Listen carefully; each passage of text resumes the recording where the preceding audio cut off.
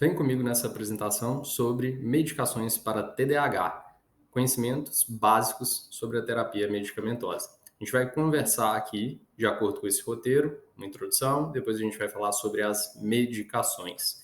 A gente vai citar os principais medicamentos, a gente vai se ater aos medicamentos disponíveis aqui no nosso país hoje, mas a gente vai conversar um pouquinho também sobre algumas medicações que não estão disponíveis e que acabam fazendo falta para a gente. Essa apresentação ela é destinada aí ao público em geral, então a gente não vai aqui ficar entrando em muito detalhe, porque não é a intenção isso para um público médico, um público de especialistas, né? Claro que se tiver algum outro colega médico aí assistindo, espero que ele também tire proveito dessas informações. Vamos lá. Então, só a título aí de introdução. A gente está cansado de saber, de discutir sobre sintomas de TDAH, né?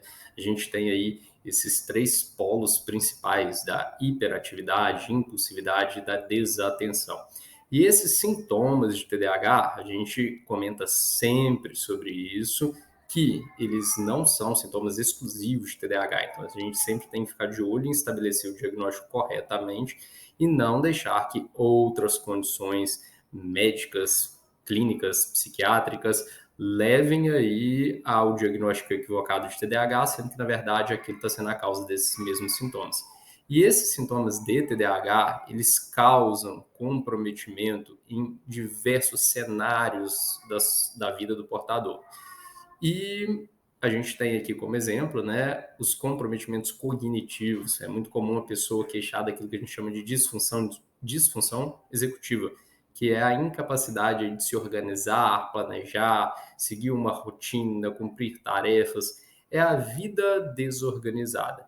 Tem os comprometimentos na vida acadêmica, que é aquele baixo rendimento acadêmico, tem todos os comprometimentos no comportamento, uma labilidade emocional, com isso prejuízos grandes na vida e na interação social desses portadores. Agora, conversando aí sobre tratamento, a gente tem objetivos. E os objetivos são justamente superar aqueles problemas que eu acabei de citar para vocês. Então, superar os problemas, contornar os sintomas. A gente quer que exista uma melhora sintomática e que essa melhora tenha repercussão e uma melhor qualidade de vida. Pare de se deparar aí com tantos problemas decorrentes desses sintomas ao longo do dia a dia e da rotina da pessoa.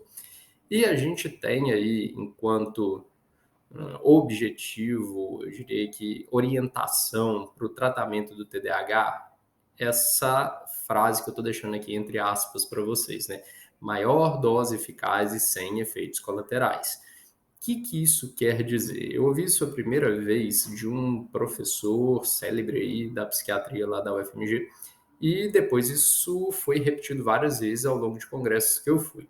A gente espera, com a medicação, alcançar a remissão dos sintomas, então tirar aquele sintoma da vida do paciente e, com isso, ele ter o ganho na qualidade de vida. E para isso a gente não se apega a doses iniciais. O que a gente quer, começa a medicação, claro, com uma dose inicial mais baixa para ter segurança, e a gente aumenta essa dose e vai observando o quanto o aumento gera uma melhora, um benefício adicional e não gera efeito colateral. E aí a gente estabelece a maior dose que é eficaz e que não teve efeitos colaterais. O tratamento medicamentoso do TDAH, ele já é feito aí desde 1930 com essa medicação que, hipótese nenhuma, é usada mais, benzedrina. Então, não é uma coisa atual, nem o TDAH, nem a tentativa de se tratar os sintomas do TDAH. Em termos aí de dúvidas em relação à questão da dependência química, muita gente vê que as medicações, os psicoestimulantes, né, a grande classe aí que a gente vai ver usada no tratamento, tem uma tarja preta na caixa. Então, sim, existe um potencial de dependência química. É claro que isso daí é para quem está usando a medicação sem ser adequadamente acompanhado e orientado por um profissional. Então, isso é um risco muito pequeno para quem faz o uso corretamente. O que a gente preocupa do uso dessa substância é avaliar o como ela está sendo metabolizada no organismo. Então, vão ter casos que o paciente vai tomar a medicação e a medicação é esperada de durar 10 horas e a medicação vai estar durando 2 horas. Aquilo é um perfil de interação entre aquela substância e o organismo daquela pessoa. Então, teve essa situação, a gente tem uma conduta específica para essa situação. E tolerância seria o caso do paciente que começou usando a medicação, usou ela por um tempo e ela durava lá as 10 horas pretendidas, depois ela começou a cair a duração até se tornar uma duração muito curta. Isso também é possível de acontecer. E para esse caso, a gente vai ter uma outra conduta específica. Vamos lá, vamos começar a falar agora dos psicoestimulantes, né? É a principal classe no tratamento do TDAH. E o mecanismo de ação dessas medicações, ele não é totalmente conhecido. A gente sabe é que ele reforça as redes neuronais dopaminérgicas e noradrenérgicas. A gente não tem aí exato conhecimento sobre o mecanismo de ação. E essas medicações, elas têm perfil diferente, a gente vai ver para frente. Então, varia a duração do efeito e cada medicação vai ter uma substância ativa. Então, a gente tem dentro dos psicoestimulantes diferentes substâncias. Nós vamos começar falando, sem dúvida, aí, do mais famoso, que é a Ritalina. A Ritalina ela é uma apresentação de metilfenidato. Esse é o composto, é a substância ativa de curta duração. Tomou a Ritalina, mais ou menos em torno de 30 minutos, o paciente começa a sentir o efeito daquela substância. E essa duração, ela é em torno aí de 3 a 5 horas. Tem pacientes que reportam até 6 horas de duração. Agora, a dose máxima da Ritalina de liberação imediata, né, e com curta duração, é de 60 miligramas. A gente consegue usar doses seguidas, então, tomou a primeira dose, durou 4 horas, pode repetir uma segunda tomada, pode repetir uma terceira tomada, respeitando aí a dose máxima. O que eu sempre tento traçar com os meus pacientes é qual que é a melhor estratégia de otimizar a dose no tempo que ele precisa do efeito daquela substância. Então, às vezes, a gente nem emenda as tomadas uma atrás da outra, mas a gente dá alguns intervalos. Nesse intervalo pode, por exemplo, encaixar o horário do almoço, que às vezes é até bom para evitar o efeito colateral que a gente vai ver para frente, muito comum, que é a perda de apetite. E tem vezes que a gente, por exemplo, toma de manhã, que é um horário que pode ser um horário de estudo, um horário de trabalho mais intenso, vai tomar de novo no fim do dia, quando for necessário, de novo ter o efeito dessa medicação. Agora, existe a Ritalina de longa duração. Essa Ritalina, também muito conhecida, é a Ritalina LA. Elas são cápsulas de liberação sustentada. Na verdade, dentro dessa cápsula existe uma mistura aí de 1 para 1, então uma mistura em que 50% é de liberação imediata e 50% é de liberação, vamos dizer, mais para frente dentro do tubo digestivo, então consegue ser uma liberação posterior. E isso equivale mais ou menos a 2 tomadas ao dia. É como se fosse tomou agora e tomou depois quando estivesse acabando o efeito. E com isso, a gente consegue alcançar até 12 horas de duração do efeito. Confesso que 12 horas é um tempo muito grande. Habitualmente, a gente vê um tempo um pouco menor do que essas 12 horas que a gente encontra aí dentro da literatura médica.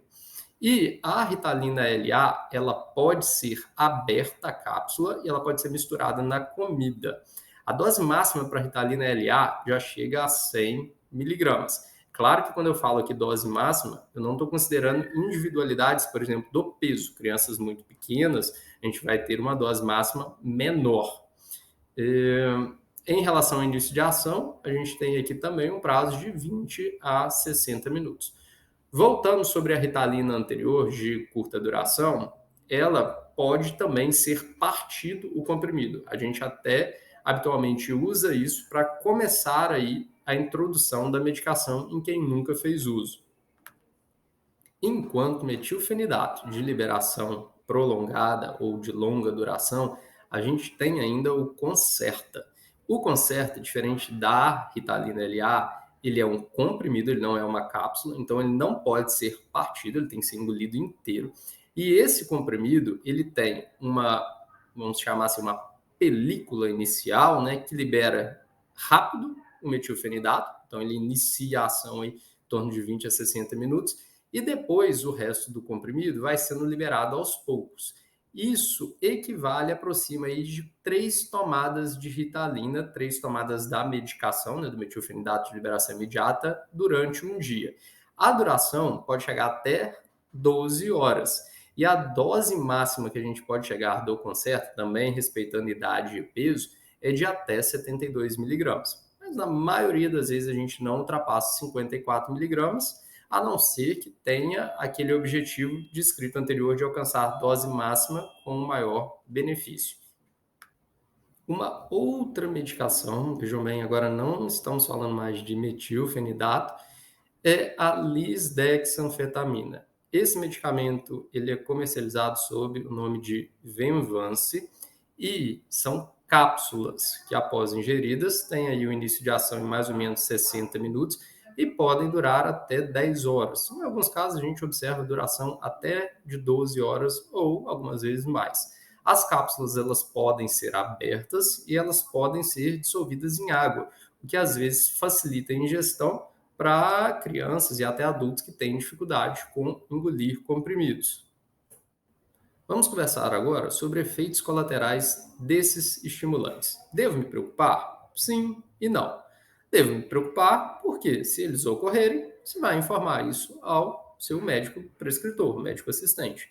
Mas efeito colateral não pode ser um impeditivo ao uso da medicação. O que eu costumo falar com os meus pacientes é: se você veio até aqui, gastou tempo, dinheiro, para me informar, para ter um diagnóstico de um problema que está te incomodando, a gente não tem por que não tratar isso. Então, se o tratamento for medicamentoso, a gente vai iniciar a medicação. Se tiver efeito colateral, vai me avisar e aí a gente vai pesar risco, benefício, vai pesar o quanto aquele efeito colateral é pior do que o benefício que a medicação alcançou, o como a gente pode contornar esse efeito colateral, ou se a gente vai trocar, inclusive, a medicação, né?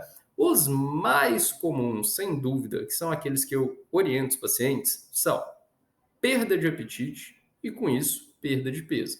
Tem alguns pacientes que nem se incomodam tanto com isso, mas eu sempre falo porque tem casos em que o paciente realmente fica aí incapaz de comer e isso vai trazer prejuízo, a gente não pode tolerar esse efeito colateral. Alterações do sono, até porque essas medicações, né, como o nome diz, são estimulantes, então elas têm que respeitar aí um horário de tomada, dependendo da duração, então se dura 12 horas, eu não vou tomar menos de 12 horas antes do horário que eu quero dormir, senão vai atrapalhar, inclusive, no sono noturno. Durante o dia, também vai atrapalhar no sono, que na maioria das vezes não é um problema. A gente sempre fala sobre alterações comportamentais, mas que a gente observa na consulta de retorno, né, para avaliar como foi aí o uso da medicação por um tempo mais curto. E é muito comum uma dúvida, principalmente nos pais, né? Quem trata aí criança não sou eu, né? A minha esposa, mas só citando isso aqui, sobre o fato de psicoestimulante afetar o crescimento. O que acontece? Vou falar aqui novamente sobre esse professor da UFMG, que eu ouvi dele esse raciocínio sobre afetar crescimento, eu achei muito interessante, né? É claro que eu estou sendo parcial, essa é a opinião dele, que eu compartilho dela. Mas o, o, o uso do psicoestimulante, a gente sabe que ele pode afetar o crescimento, sim, mas ele não é responsável por grande perda de estatura final. Então, ninguém vai ficar 20 centímetros mais baixo porque usou Ritalina. Esse valor, ele nem chega a 5 centímetros de déficit no crescimento.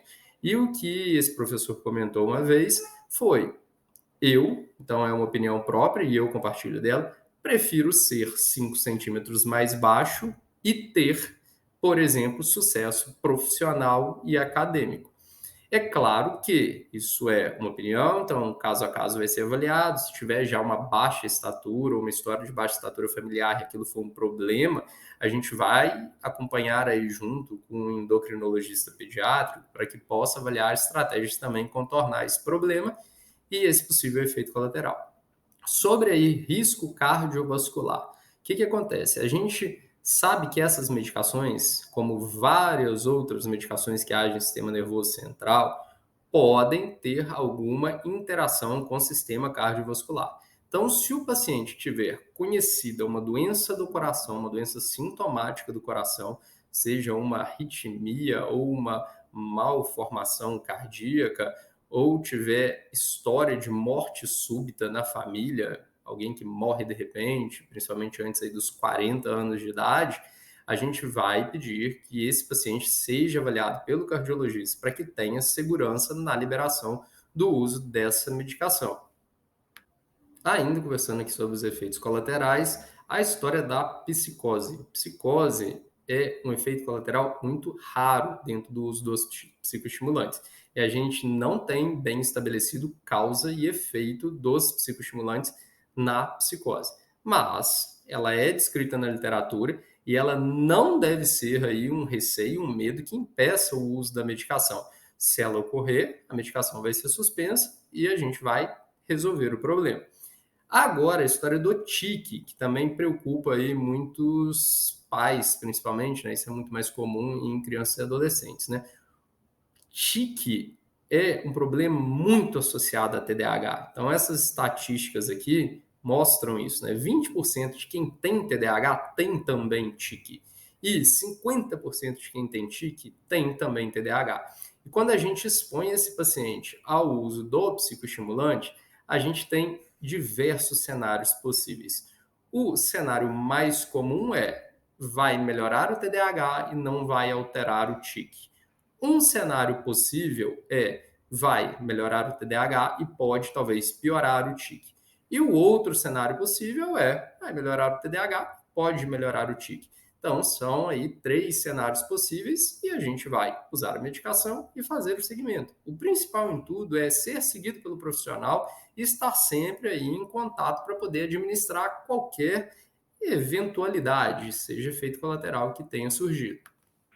E o que a gente tem aí de contraindicações ao uso dessas substâncias?